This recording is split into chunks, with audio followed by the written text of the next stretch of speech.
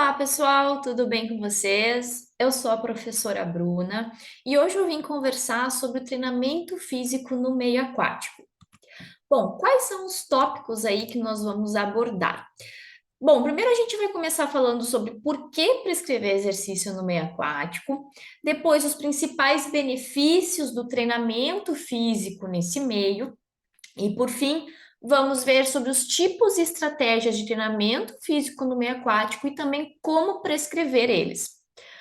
Mas antes disso, quero me apresentar, né? Eu sou a professora Bruna Machado Barroso, tenho a minha graduação em Educação Física Bacharelado pela Universidade Federal do Rio Grande do Sul. Sou mestre em Ciências do Movimento Humano, também na Universidade Federal do Rio Grande do Sul, com ênfase aí em treinamento no meio aquático. Atualmente, sou doutoranda em Ciências do Movimento Humano pelo mesmo programa de pós-graduação e pesquisadora do grupo de pesquisa em atividades aquáticas e terrestres lá da URGS também. Sou docente dos cursos de graduação da Faculdade Sojipa de Porto Alegre e atuo em pesquisas na área de intervenção de exercício físico como promotor de saúde, principalmente. Bom, então vamos começar aí falando do porquê prescrever exercício no meio aquático. Por que que a gente pode pensar em prescrever para os nossos alunos aí exercícios no meio aquático? Quais são as principais vantagens que esse meio nos propõe? Bom, primeiramente, uma das principais vantagens, e talvez seja a mais conhecida também, né, é a redução do peso hidrostático. Então, um indivíduo imerso, né, no meio aquático, com a profundidade em torno do processo xifoide e ombros, a gente tem uma redução do peso hidrostático em torno de 70%. Então, pense em si, eu colocar um aluno que pesa 100 quilos dentro de uma piscina, nessa profundidade, lá dentro ele vai estar com o seu peso hidrostático em torno de 30 quilos. Então, uma redução aí de 70%. Isso acontece por conta do empuxo, né? Aquela força contrária à força da gravidade. Então, essa força, esse empuxo, ele atua contrariamente à força da gravidade, fazendo essa redução aí de em torno de 70%, no caso da profundidade está entre processo xifoide e ombros. Então, corpos imersos, eles vão apresentar um peso hidrostático inferior apresentado no solo, fazendo assim com que os indivíduos tenham uma menor sobrecarga articular, principalmente quando estão realizando algum tipo de exercício. Então, essa é uma vantagem bem importante aí para população idosa, que tenham algum tipo de lesão, né, ou problemas articulares, população com sobrepeso, com obesidade, né, então são vantagens aí bem interessantes. Mas, além dessa vantagem mais relacionada à biomecânica, podemos dizer assim, a gente também tem algumas vantagens fisiológicas. Quando a gente fica imerso no meio aquático, na posição vertical, nessa profundidade que eu falei anteriormente, né? Entre processo xifoide e ombros, aí acontece várias alterações fisiológicas no nosso organismo por conta principalmente da pressão hidrostática. Então, o que que é pressão hidrostática? Vamos tentar lembrar um pouquinho aí da física, né? Quando a gente está imerso dentro de um fluido, nós vamos ter colunas aí, no caso de água, né? Uma quantidade de água que vai realizar uma pressão no nosso corpo. Essa pressão vai ser maior lá nos membros inferiores, porque tem uma maior quantidade de água, digamos assim, pressionando os nossos membros lá embaixo. Então, essa pressão hidrostática, a pressão que a água faz no nosso corpo, ela vai ser maior nos membros inferiores do que lá na superfície. Então, essa pressão, ela vai diminuindo conforme chega lá na superfície, próximo, né, na superfície da água, enfim. Então, essa pressão hidrostática agindo de baixo para cima, pensem só, vou ter uma pressão maior lá nos membros inferiores do que superiores, faz com que a gente tenha uma facilitação do nosso retorno venoso, né? Então, o retorno do nosso sangue venoso. Esse retorno facilitado do nosso sangue para o nosso coração, né? Então, vai causar uma hipervolemia central, um aumento do volume de sangue na região central do nosso organismo, né? Do nosso corpo. Essa hipervolemia central, esse aumento de sangue na região central do nosso corpo, acaba realizando várias alterações também fisiológicas. Então, o nosso coração ele vai estar recebendo uma quantidade maior de sangue por conta desse retorno facilitado. As nossas câmaras cardíacas, né? Os nossos ventrículos ali, eles vão estar com um enchimento facilitado. Com isso, vai acabar tendo um aumento do volume sistólico, ou seja, o volume de sangue ejetado do nosso ventrículo esquerdo, ele vai estar facilitado. Eu vou estar com uma maior um maior volume sistólico, um maior volume de sangue sendo ejetado do meu coração. Esse maior volume sistólico acaba que faz com que haja uma diminuição da nossa frequência cardíaca para manter o débito cardíaco. Então, o nosso corpo ele vai estar sempre ali tentando manter o equilíbrio, né, a homeostase do nosso organismo. Então, se eu tenho um maior volume sistólico, né, uma maior ejeção de sangue do meu coração, eu vou ter uma diminuição da frequência cardíaca. E isso já é um benefício, né, uma vantagem aí de realizar exercício no meio aquático. Mas, além disso, por conta dessa hipervolemia central, a gente tem uma ativação dos receptores cardíacos. Quando a gente tem essa ativação de receptores cardíacos, onde esses receptores vão estar detectando aí uma grande chegada de sangue no nosso coração, a gente vai ter um aumento do PNA, do peptídeo natriurético atrial, né? Então a gente vai ter sangue chegando em maior quantidade lá nos nossos átrios e vai ter a liberação desse peptídeo.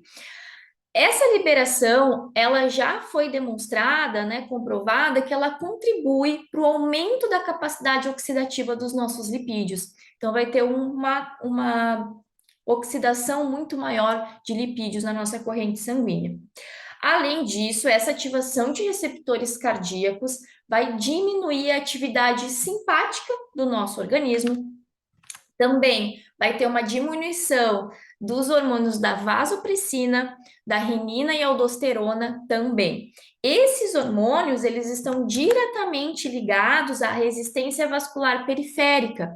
Porque o que esses hormônios acabam realizando? Eles fazem uma contração dos nossos vasos e isso aumenta a resistência vascular periférica, resistência dos nossos vasos lá na periferia do nosso organismo. Essa diminuição da resistência vascular periférica faz com que a gente tenha uma redução da pressão arterial. Então, mais uma vantagem importante de ficar imerso, né, no meio aquático, na posição vertical, nessa profundidade. Então, a gente tem essa redução da pressão arterial juntamente com a redução da frequência cardíaca. Bom, essa cascata aí de redução desses hormônios também vai fazer uma supressão do sistema renina-angiotensina. Esse sistema ele está diretamente relacionado aí também ao aumento da pressão arterial, né? E também essa diminuição desses hormônios, vasopressina e renina-aldosterona, vai fazer com que a gente tenha uma maior diurese e uma maior natriurese. Essas alterações, elas são bem importantes para a população hipertensa, população com diabetes e também dislipidemias, né? Indivíduos que têm alteração no seu perfil lipídico, nos níveis de colesterol.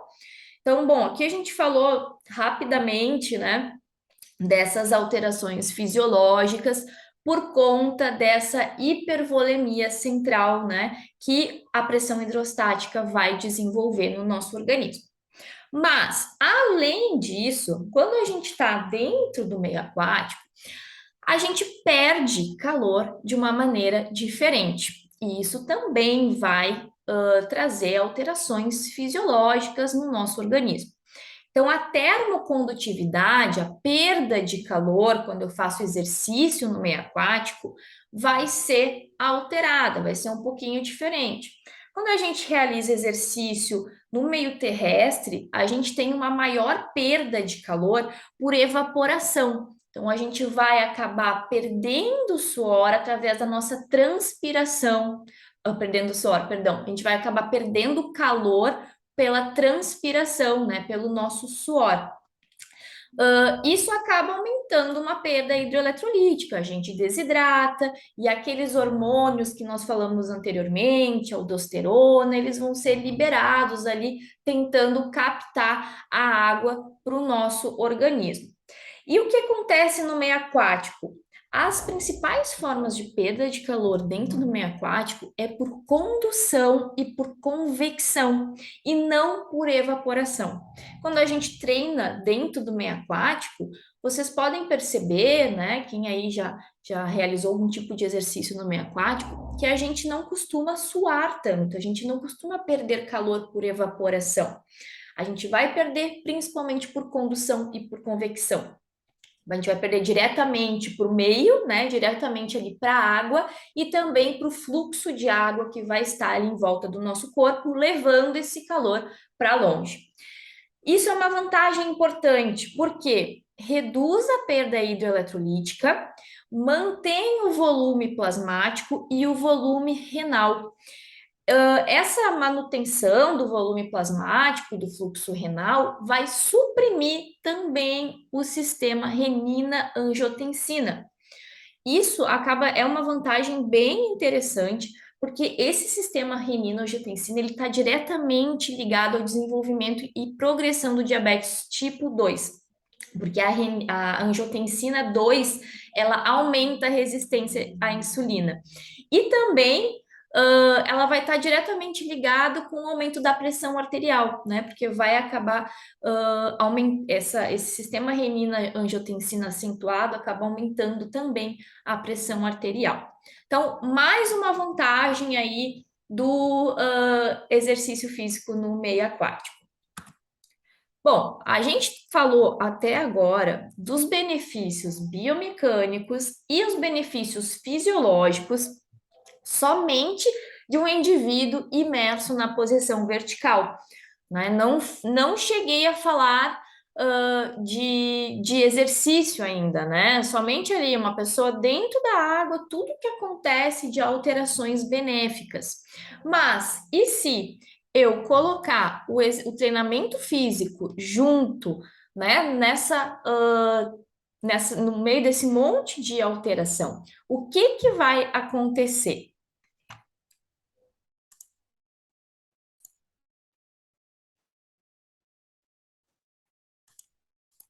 Então, será que o exercício no meio aquático promove melhoras nas capacidades físicas também, né? Assim como o treinamento no meio terrestre?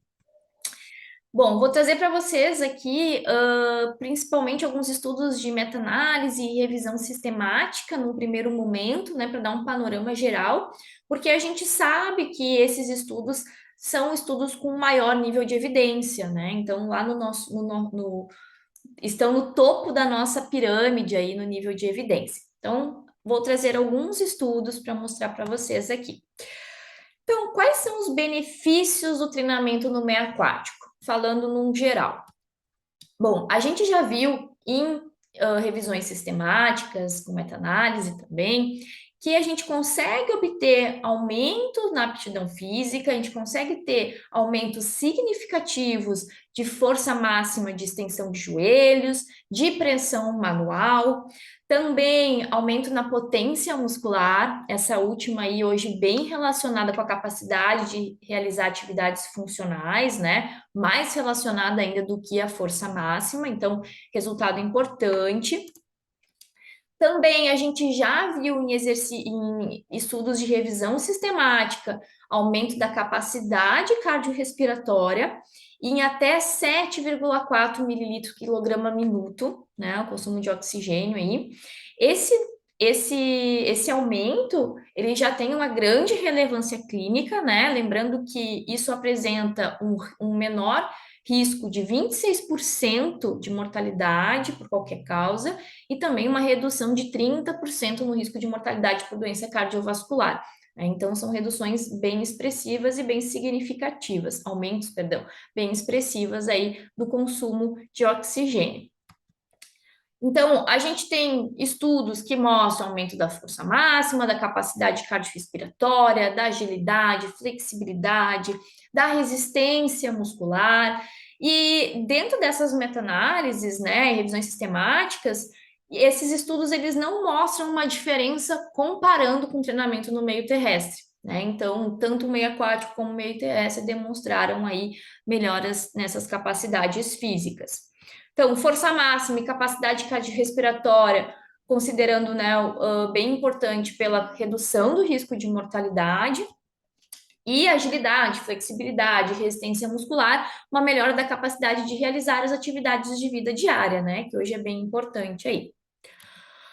Bom, e quando a gente fala de saúde cardiovascular, né, onde, sempre bom lembrar que doenças cardiovasculares é a principal causa de morte no mundo, né, representando aí 31% ainda de todas as mortes em nível global, os principais fatores de risco para essas doenças cardiovasculares é a hipertensão, dislipidemia, diabetes, sobrepeso. E pensando na saúde cardiovascular, será que o exercício no meio aquático é capaz de melhorar esses fatores? Bom, a gente tem estudos aí que mostram que sim. Na pressão arterial, a gente tem essa revisão sistemática com meta-análise que a gente publicou em 2018, mostrando que, comparando o treinamento aquático com o grupo controle, a pressão arterial sistólica teve uma redução aí de 10,58 mililitros mercúrio, né, comparado com o grupo controle para a pressão arterial sistólica e a pressão arterial diastólica 4,40 mililitros mercúrio, né, essa redução bem significativa também. Essas reduções elas apresentam uma redução de 40% do risco de mortalidade por acidente vascular cerebral e uma redução de 30% do risco de mortalidade por doença isquêmica ou outras doenças vasculares, né? Então, bem importante. E quando comparado treinamento aquático com treinamento em meio terrestre, os estudos que fizeram essa comparação não foi encontrado diferença. Então, ambos os tipos de treinamento foram capazes de reduzir a pressão arterial sistólica e diastólica. Esse outro estudo é uma revisão sistemática com meta-análise que observou o perfil lipídico, né, exercício aeróbico no meio aquático. Apresentou redução de HDL, LDL, aumento de HDL, né, redução de LDL, redução de colesterol total, não observou diferença nos triglicerídeos. Mas eles fizeram uma análise de subgrupo onde separaram os indivíduos que eram dislipidêmicos, que tinham alteração no perfil lipídico, com os não dislipidêmicos. E aí sim foi encontrado, né? Claro, um aumento de HDL tanto nos dislipidêmicos como nos não dislipidêmicos, já uma redução mais significativa de LDL nos dislipidêmicos, uma redução significativa de colesterol total nos dislipidêmicos e uma redução significativa nos dislipidêmicos de triglicerídeos, certo? Então, os indivíduos que já tinham o seu perfil lipídico dentro do normal, essa redução não foi tão significativa como nos indivíduos, né, que tinham alteração nesse perfil lipídico. E perfil glicêmico, né? Indivíduos com diabetes tipo 2. Esse estudo também comparou o exercício aquático, né, em adultos com diabetes tipo 2, mas pouquíssimos estudos nessa área. Mesmo assim, foi encontrado, então, que o treinamento aquático promove uma redução da hemoglobina glicada, o treinamento aquático foi tão eficiente quanto o treinamento terrestre, né? Não apresentou diferenças. No entanto, pouquíssimos estudos ainda nessa área, então é uma área bem que pode ser ainda muito explorada, né? Então fica aí a dica para quem quiser estudar sobre exercício aquático, diabetes tipo 2 aí é uma área que ainda pode ser muito explorada. Bom, vamos para o nosso próximo tópico, né? Tipos e estratégias de treinamento físico no meio aquático. E aí, bom, todas aquelas alterações, né, que a gente tem somente observando o meio e agora nessa pequena introdução das alterações que pode ser causada pelo treinamento físico, que tipo de treinamento físico a gente pode realizar no meio aquático?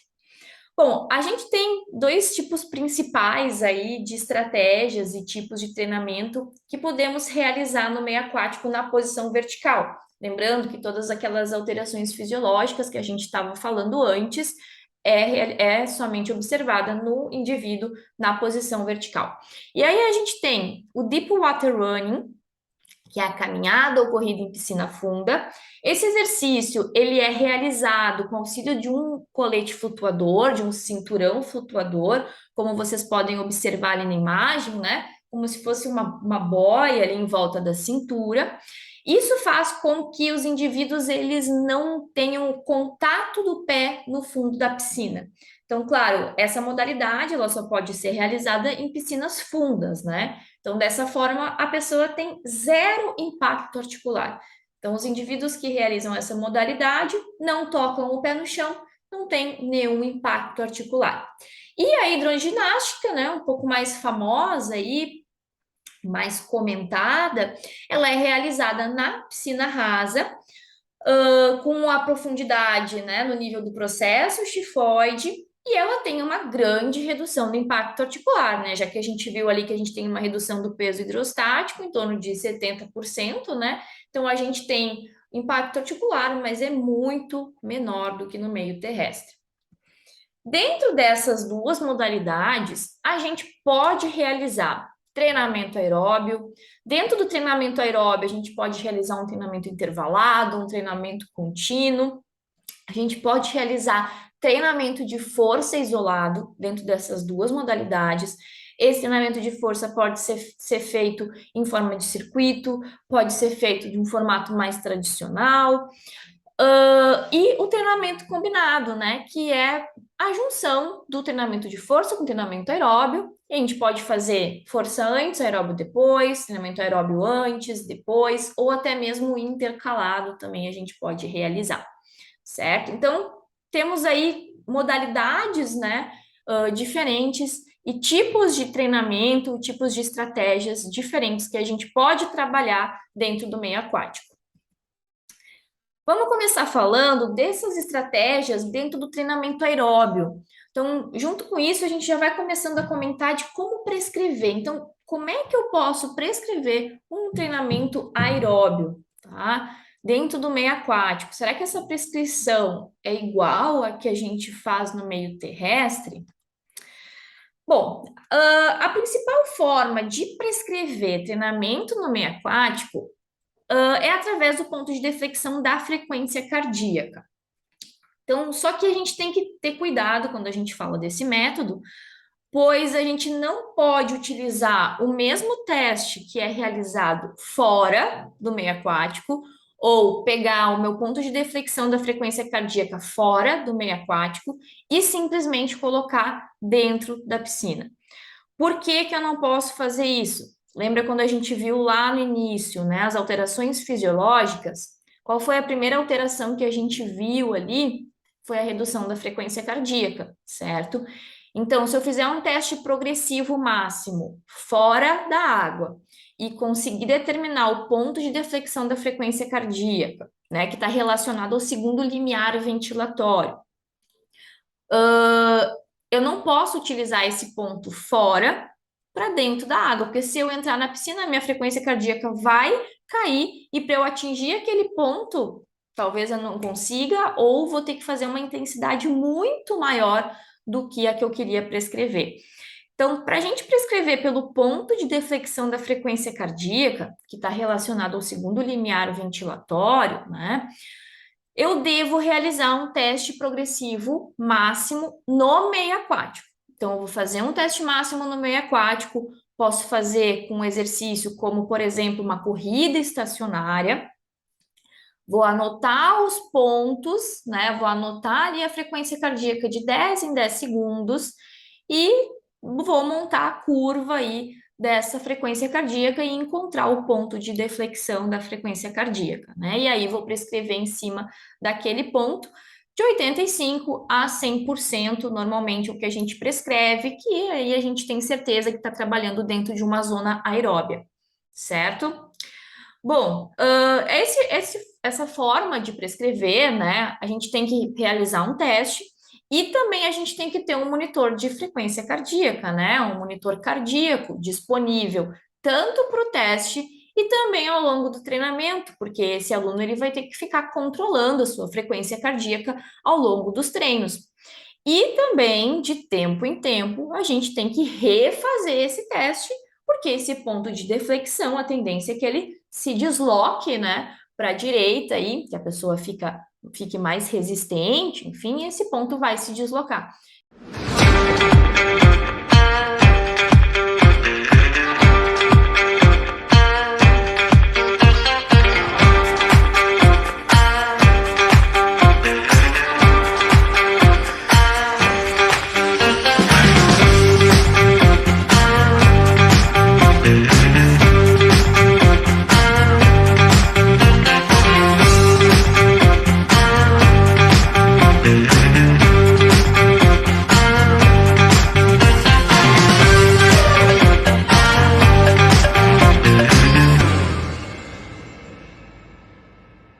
Então, de tempo em tempo, a gente teria que refazer esse teste, beleza? Bom, qual é uma outra forma que a gente teria de prescrever, assim, sem precisar de equipamento, sem precisar realizar testes e também pensando numa prescrição em grupo, né? Porque esse tipo de modalidade, hidroginástica, corrida e piscina funda, geralmente são modalidades que são realizadas em grupo. E se eu tiver que realizar, né, um teste progressivo máximo com toda a turma e de tempo em tempo ter que refazer e também equipamento para isso, né, ter X número de monitores cardíacos disponíveis para o treinamento e também para os testes, às vezes acaba sendo aí dificultoso, né? Às vezes pode ser aí um empecilho. Então a gente tem uma outra forma tão eficiente quanto, se bem aplicada, que é a percepção de esforço, né? A escala de percepção de esforço. Essa escala de percepção de esforço já foi validada, né, nesse estudo da Alberton 2013. É a escala de Borg, de 6 a 20. Então, nessa escala de percepção de esforço, o nível de esforço vai de sem nenhum esforço até o máximo esforço. E nesse estudo da Alberton, a gente conseguiu observar, né, que quando o indivíduo relata que está entre 12 e 13 da percepção de esforço, ali um pouco intenso, ele está em cima do primeiro limiar anaeróbio. E quando ele está ali em torno de 16 a 17, né, o muito intenso, ele já está no segundo limiar anaeróbio. Então, sabendo dessas informações, a gente consegue realizar uma prescrição de treinamento aeróbio, né, muito eficiente. E, além disso, a gente consegue prescrever em grupo, porque cada aluno vai ter a sua percepção de esforço, certo? E também, conforme esse aluno vai ficando mais treinado, ele vai readaptando a sua percepção de esforço. E com isso a gente não precisa estar reavaliando de tempo em tempo, né? Diferente do ponto de deflexão da frequência cardíaca.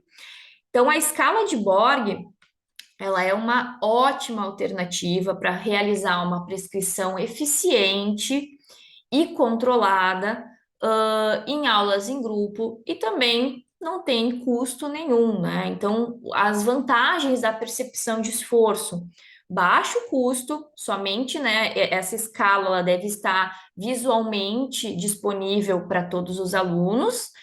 Ela é segura por estar trabalhando com percepção, né, de esforço, e também é uma ótima alternativa para prescrição de aulas em grupo, como eu falei anteriormente.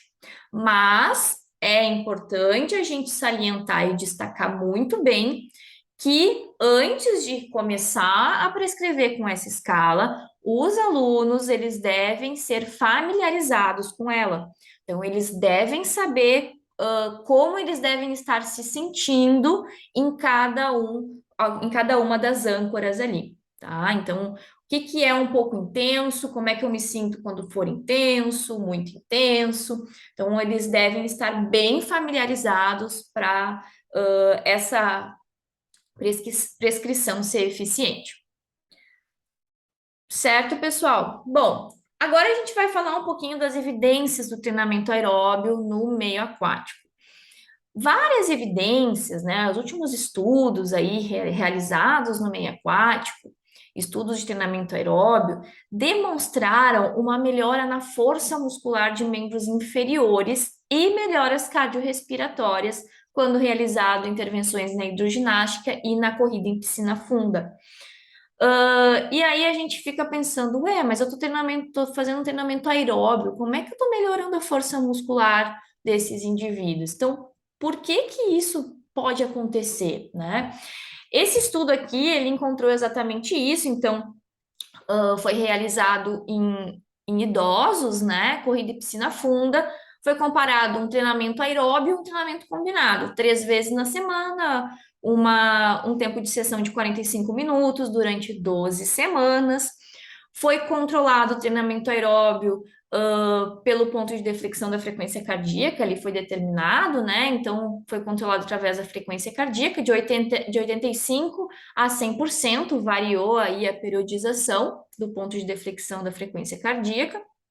Um tempo total de 30 minutos, o aeróbio, né? E o treinamento combinado foi o mesmo treino, mas realizou também séries de exercício de força. O que que a gente teve como resultados? Na capacidade cardiorrespiratória, ambos os treinamentos melhoraram, né? Pós-treinamento, depois das 12 semanas, mas o aeróbio teve uma melhora maior no consumo de oxigênio aí, no segundo limiar ventilatório, tá?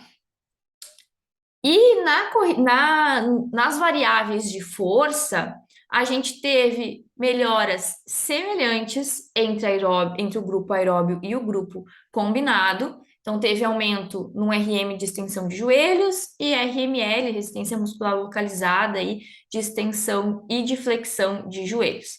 Claro que as outras variáveis também, algumas outras também apresentaram aumentos, né? Mas significativo foi apenas um RM de extensão de joelho, e RML de extensão e RML de flexão de joelhos em ambos os grupos, tanto aeróbio como combinado. Bom, nesse estudo, também realizado em corrida em piscina funda, comparou treinamento contínuo com um treinamento intervalado em indivíduos idosos. Esse teve uma duração maior, 28 semanas, 2 vezes na semana. Então, o tempo de duração de cada sessão foi em torno de 30 minutos. No último mesociclo ali, passou para 36 minutos, né? E esse estudo ele foi controlado pela escala de Borg, né? Então, a prescrição foi por percepção de esforço. E aí, o que que a gente teve de resultados, né? Ambos os grupos apresentaram melhoras, né, nos testes funcionais. Então, teve a bateria de Hickley Jones, foi realizada, né? E ambos os grupos melhoraram aí os parâmetros dessa bateria. Então, tanto o intervalado quanto o contínuo melhorou, variáveis de força também, né? Que nessa bateria a gente tem força de membro inferior, força de membro superior, flexibilidade, agilidade, teste de 6 minutos, né? Todos os grupos obtiveram melhoras. E também tiveram melhoras na pressão arterial sistólica e diastólica após 28 semanas de intervenção. Tá? Então, teve reduções aí bem significativas em ambos os grupos, tanto intervalado quanto contínuo. Esse outro estudo, né, mostrou aí, a gente comparou também treinamento, um grupo aeróbio, um grupo que treinou força e um grupo controle, pré e pós intervenção de 12 semanas. O que que a gente encontrou?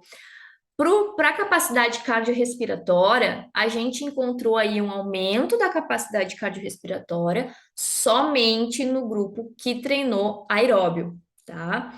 Teve um aumento no tempo de exaustão em todos os grupos, inclusive no grupo controle, que só fez relaxamento dentro da piscina, né? Então, o grupo controle ia até lá o local da intervenção, realizava só exercícios de alongamento e relaxamento, né? Diferente dos outros grupos que tiveram uma intervenção, né? Um treinamento bem prescrito, aeróbio e de força. Então, quando a gente fala de capacidade cardiorrespiratória, somente o grupo aeróbio melhorou, né? Então, eram mulheres idosas.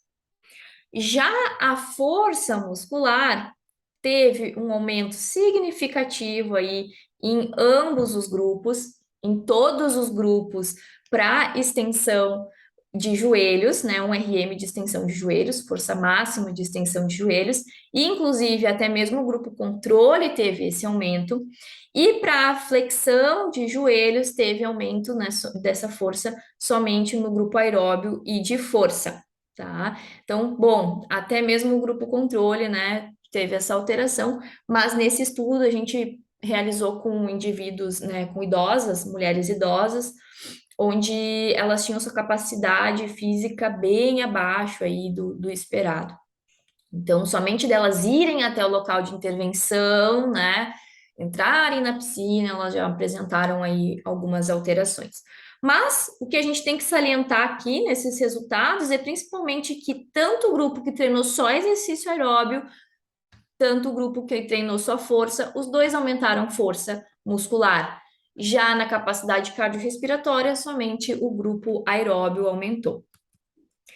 Então, nessas evidências, a gente consegue ver um aumento de força, né, semelhante dos grupos que treinaram aeróbico e combinado, dois aumentaram força semelhante, e dos grupos que treinaram aeróbico e força também tiveram esse aumento semelhante, né?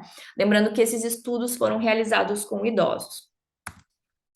Então, por que que aumenta a força com treinamento aeróbio no meio aquático? Por que que isso acontece? Bom, quando a gente realiza um exercício aeróbico dentro do meio aquático, a gente tem que se deslocar, realizar movimentos, né? Onde a gente precisa deslocar ou fazer um deslocamento, né, de distâncias, ou, como na hidroginástica, mover aí os membros e realização dos exercícios dentro do meio aquático. E o meio aquático, diferente, né, do meio terrestre, tem uma resistência muito maior, né? Então, a resistência da água é muito maior que a resistência do ar. Então, somente de realizar os movimentos aeróbicos dentro da piscina, a gente já tem um estímulo de força na musculatura envolvida daquele exercício. E para a gente alcançar intensidades altas no treinamento aeróbio no meio aquático, a gente aumenta a velocidade dos exercícios, correto? Só que no meio aquático, quanto maior a velocidade de um movimento, maior a resistência daquele meio, ou seja, maior a resistência para eu realizar aquele movimento dentro da água. E aí a gente tem a equação geral dos fluidos, que é essa aqui representada aqui embaixo, que leva em consideração a densidade da água, a área projetada, coeficiente de forma e a velocidade. E a velocidade, que é aquele Vzinho ali, ela está elevada ao quadrado. Então, com isso, quanto maior quanto maior a velocidade, essa resistência ela vai quadriplicar, né? Então ela vai aumentar ainda mais, que essa velocidade ela está elevada ao quadrado nessa equação geral dos fluidos. Então, para eu realizar um exercício aeróbio de uma intensidade alta, eu vou aumentar a velocidade da execução daquele exercício. Aumentando a velocidade, eu aumento a resistência ao avanço, né, no meio aquático. E aumentando a resistência, o indivíduo tem que fazer mais força para vencer aquela resistência. E com isso, então, eu vou ter um estímulo de força na musculatura envolvida, mesmo no treinamento aeróbio, certo? Então, por isso que a gente vê esses aumentos de força também quando eu realizo o treinamento aeróbio. A gente está falando de força, né? Então, já indo para essa direção, a gente vai falar sobre o treinamento de força. Bom, então como é que a gente realiza uma prescrição de treinamento de força no meio aquático? É possível eu treinar somente força no meio aquático?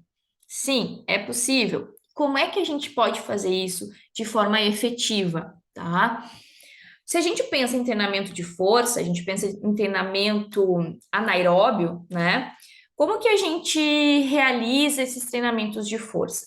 Normalmente a gente vai realizar exercícios de alta intensidade, né? Então, se a gente fala no meio terrestre, né? Eu vou pegar uma carga alta e estímulos de curta duração, certo?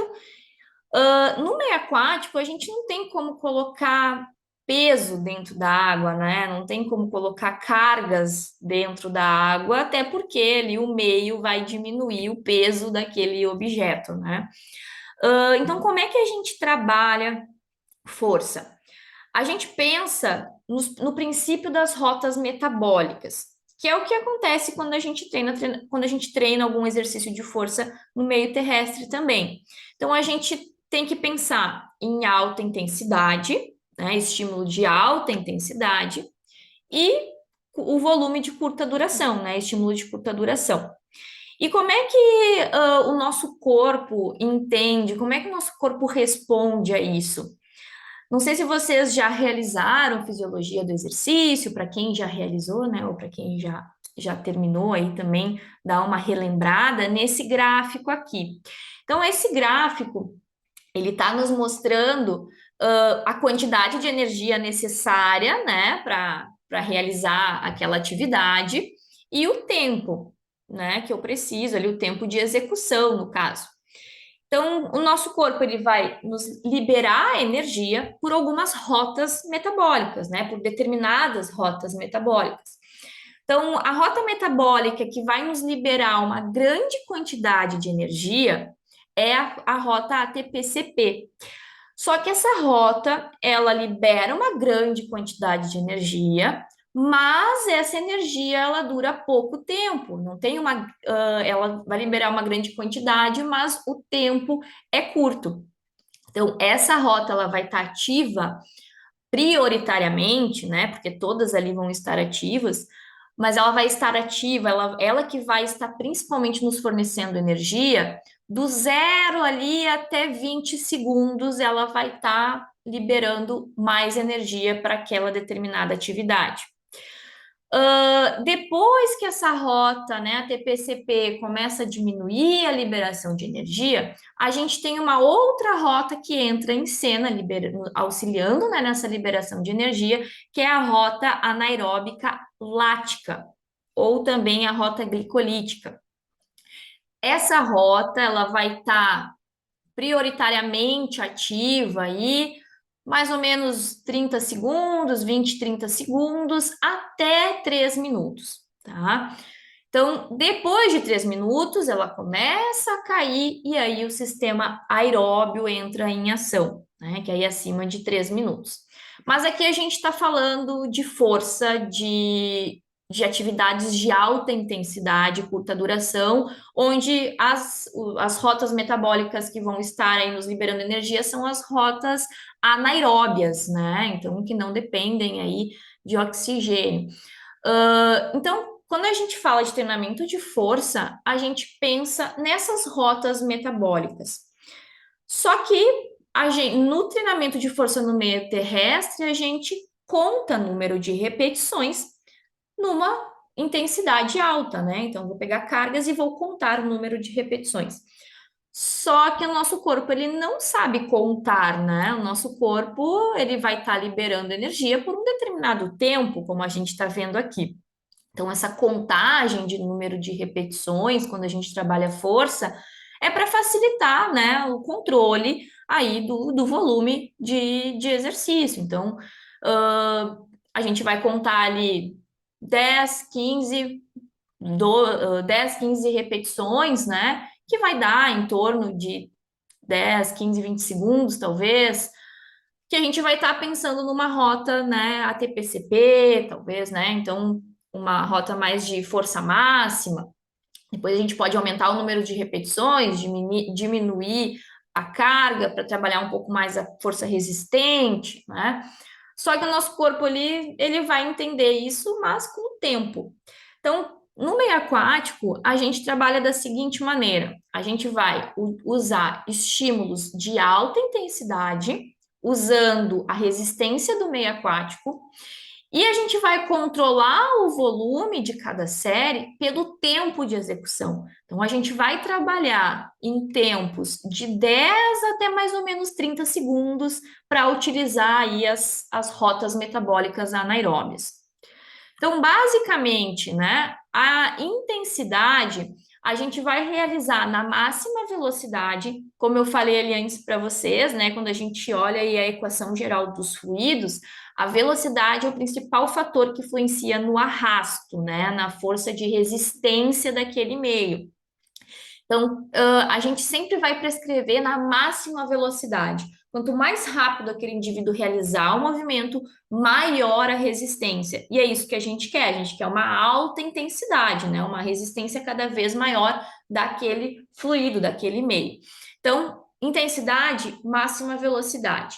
Volume, a gente vai trabalhar por tempo de execução de série, buscando aí as rotas metabólicas anaeróbias.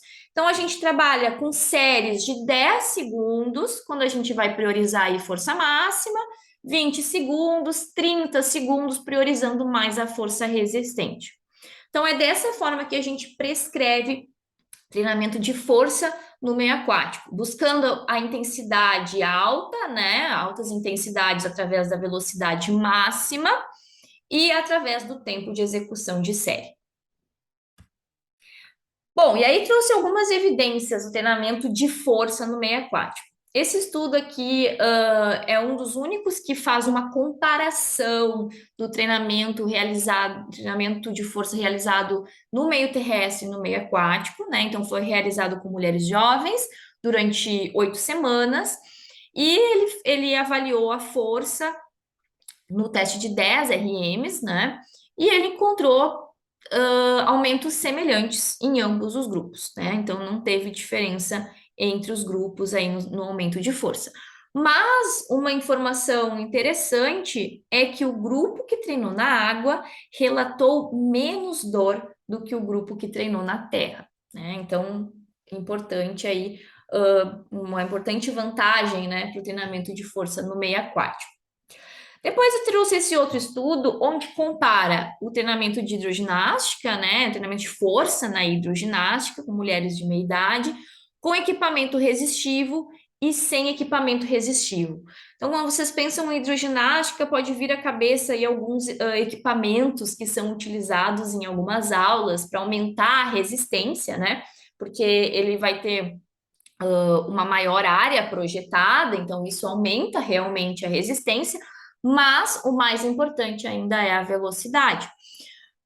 Então, esse estudo ele foi comparar equipamento resistivo e sem equipamento resistivo, os exercícios, né, durante 12 semanas, 2 vezes na semana.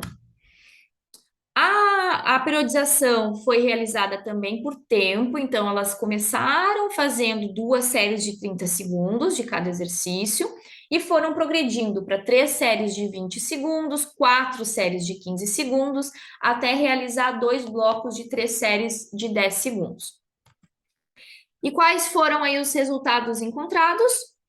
Houve um aumento significativo do pré para o pós-treinamento dos flexores horizontais de ombro, extensores horizontais de ombro, extensores de quadril, em ambos os grupos, mesmo as mulheres que utilizaram equipamento e mesmo as mulheres que não utilizaram equipamento.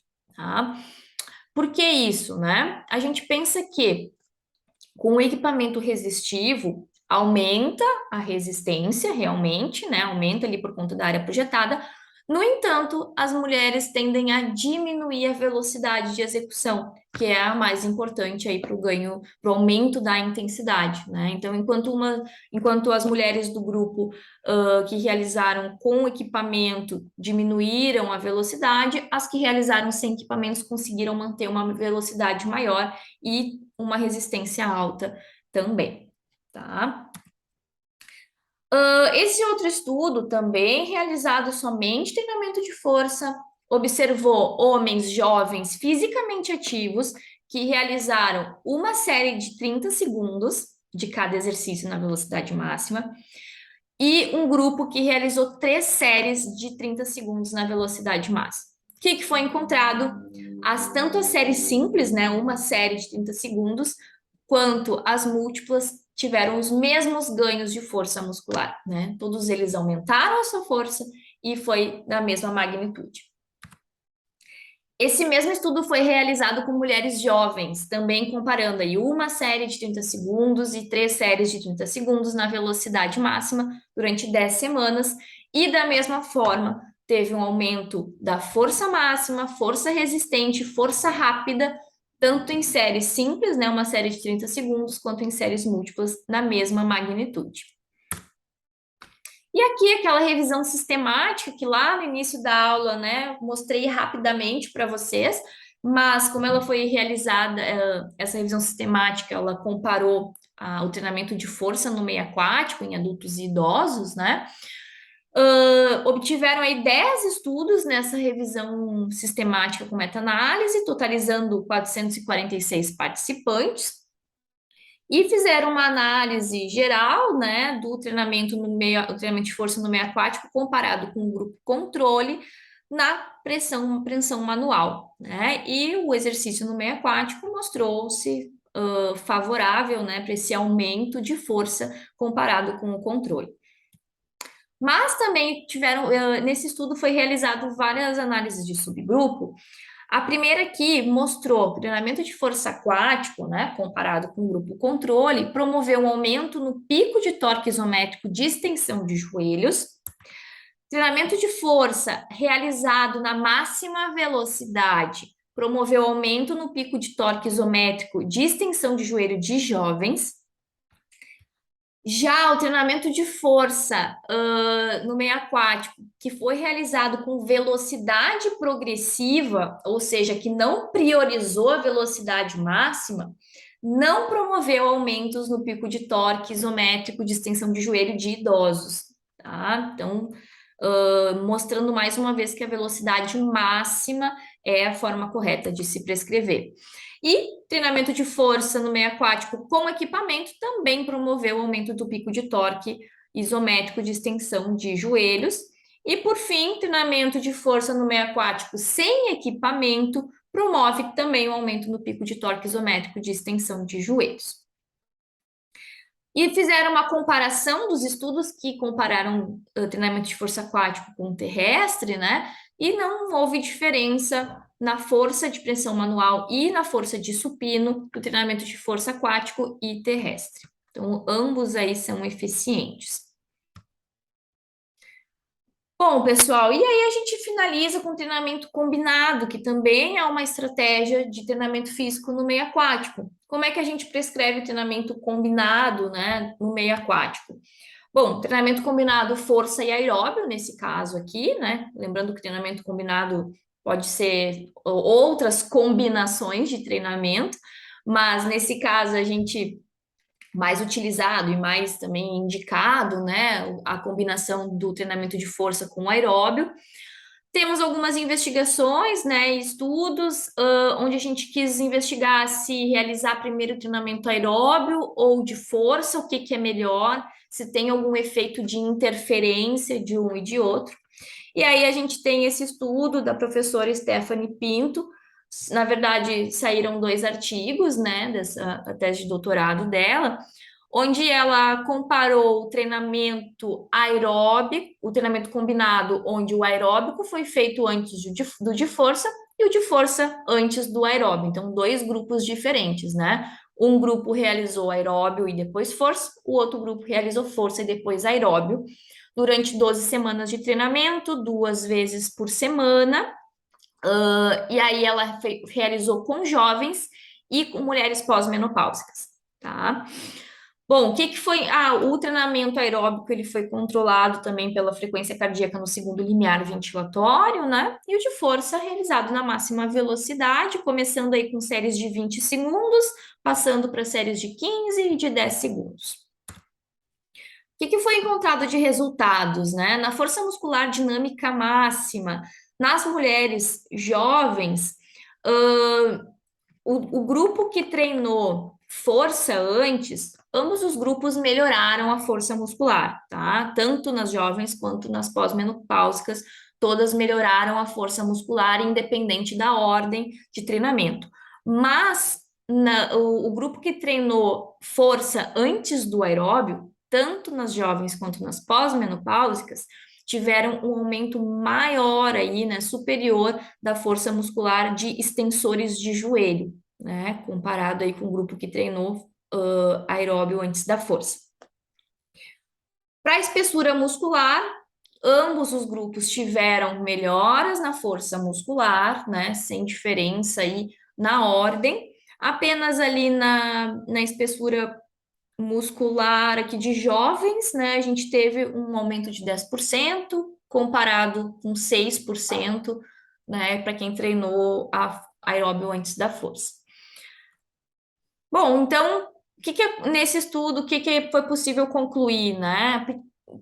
Levando em consideração a aptidão cardiorrespiratória, mulheres jovens, aumento similar no consumo de oxigênio de pico entre os dois grupos, pós-menopáusicas, um aumento similar no consumo de oxigênio no segundo limiar ventilatório, mas ambas ordens apresentaram melhorias para a saúde física no geral, de mulheres jovens como pós-menopáusicas, mas para otimizar os ganhos de força, a gente pode priorizar a força antes do treinamento aeróbio, né? Então, quando a gente for combinar força e aeróbio, aeróbio e força, se a gente quiser otimizar os ganhos de força, a gente prioriza aí o treinamento de força antes do treinamento aeróbio.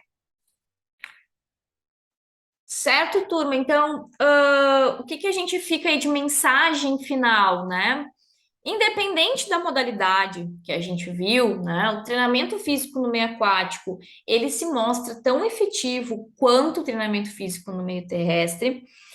No entanto, os exercícios realizados no meio aquático apresentam algumas vantagens importantes, como menor sobrecarga cardiovascular, menor impacto articular, supressão do sistema renina-angiotensina, aumento da liberação do PNA, né? Então, a gente tem essas alterações fisiológicas importantes para várias populações.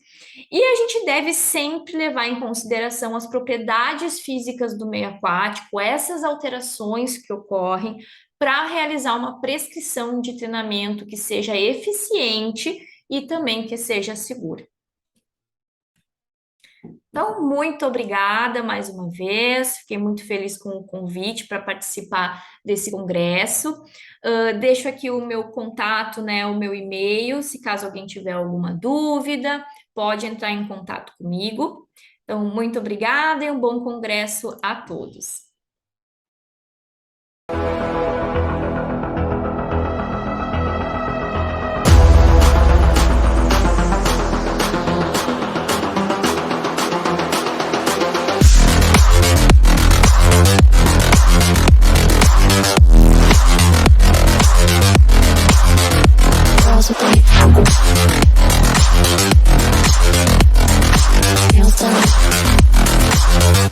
Girls with their nails done.